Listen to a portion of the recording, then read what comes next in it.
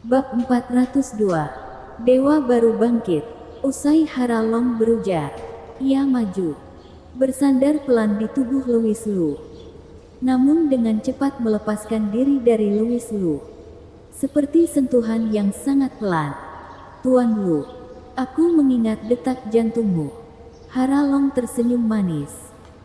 Ia awalnya mengira orang seperti Louis Lu adalah keberadaan yang tidak akan pernah bisa dirinya jangkau. Apalagi berharap Louis Lu akan jatuh cinta padanya. Namun sebelumnya, ketika Haralong bersandar padanya, ia merasakan detak jantung Louis Lu tengah berdetak cepat. Setidaknya membuktikan ada waktu sesaat ia membuat pria luar biasa ini berdetak lebih cepat karena dirinya. Haralong merasa ini sudah cukup.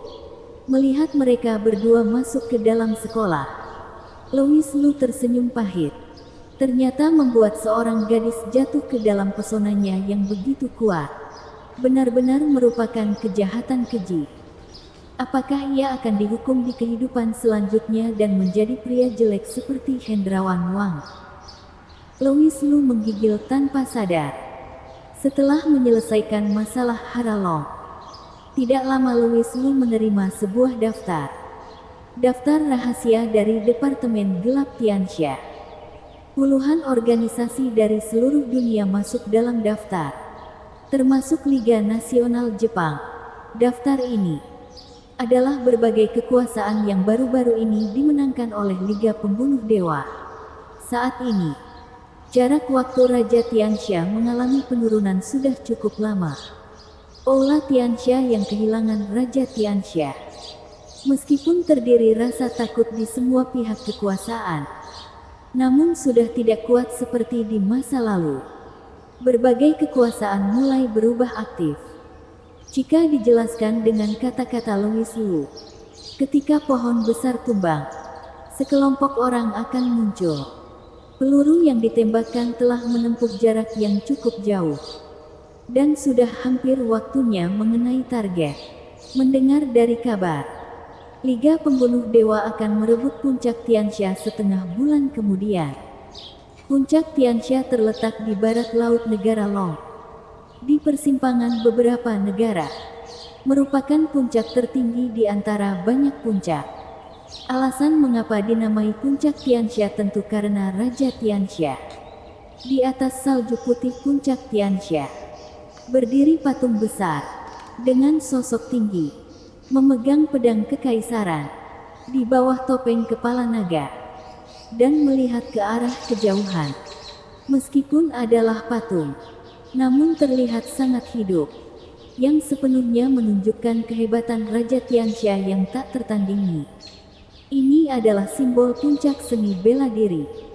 Kini Raja Tianxia sudah meninggal. Alex yakni alam dewa Amerika mengandalkan pedang kekaisaran Raja Tianxia, telah menjadi God of Gods di Liga Pembunuh Dewa.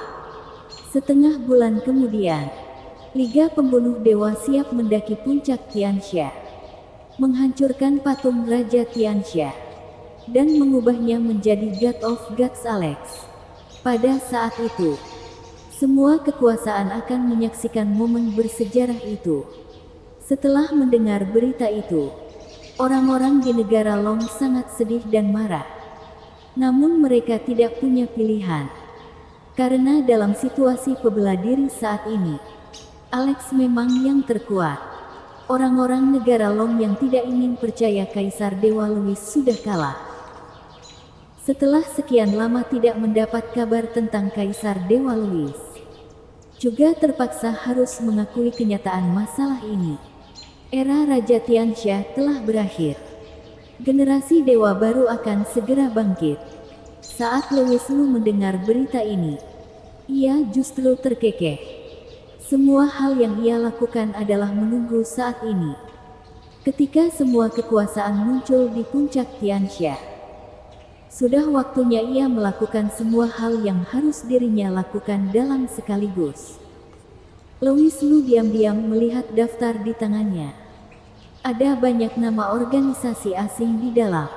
Dulu, mereka takut pada Raja Tianxia dan tidak berani mengungkapkan hal tersebut. Sekarang mereka mulai menunjukkan diri. Semua hal ini harus berterima kasih kepada Liga Pembunuh Dewa sebab menyatukan organisasi-organisasi ini.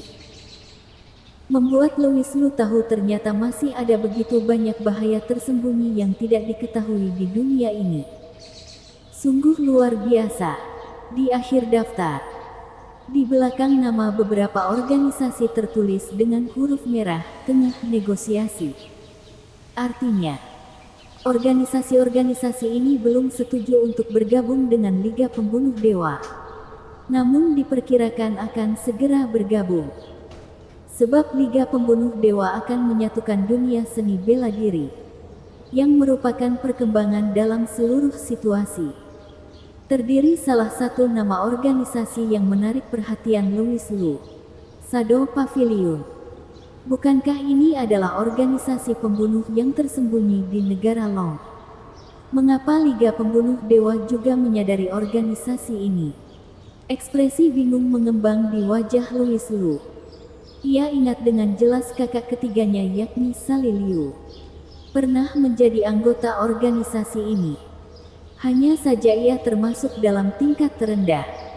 Menurut Sally Liu, ia bergabung dengan Shadow Pavilion untuk mengetahui identitas dirinya. Sebab dalam ingatannya, sebagian terdiri tentang Shadow Pavilion. Kemudian Louis Liu juga membiarkan orang-orang Anbu untuk menyelidiki. Dan hasil yang didapatkan adalah Shadow Pavilion ini pada dasarnya adalah organisasi pembunuh yang berantakan. Dengan kata lain, organisasi pembunuh tingkat rendah. Jikalau tidak, Sally Liu tidak akan menjadi anggota organisasi ini dengan mudah. Jika secara logika, organisasi seperti ini tidak akan diperhatikan oleh Liga Pembunuh Dewa, juga tidak akan peduli sama sekali. Dan bagaimana bisa ditampilkan di daftar ini? Dan dari kata tengah negosiasi, bisa melihat Liga Pembunuh Dewa cukup sulit untuk berurusan dengan organisasi ini. Oleh karena itu Louis Liu menghubungi Anbu lagi dan mendapat informasi detail tentang organisasi ini. Ternyata Shadow Pavilion ini tidak berada di negara Long, melainkan di negara Serigala Utara.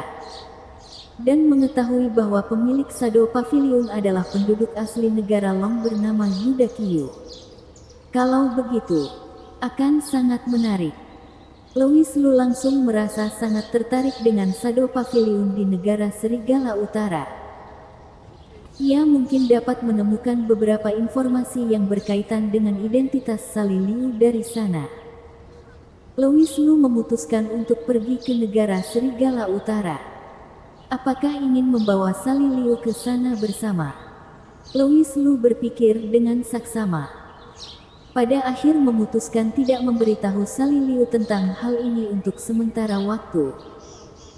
Daripada tidak menemukan informasi apapun pada saat itu dan membuatnya kecewa. Louis Liu pergi ke panti asuhan Cahaya Mentari. Meminta foto Sally Liu saat masih kecil kepada kakek Wu. Kemudian berangkat ke negara Serigala Utara. Bersambung.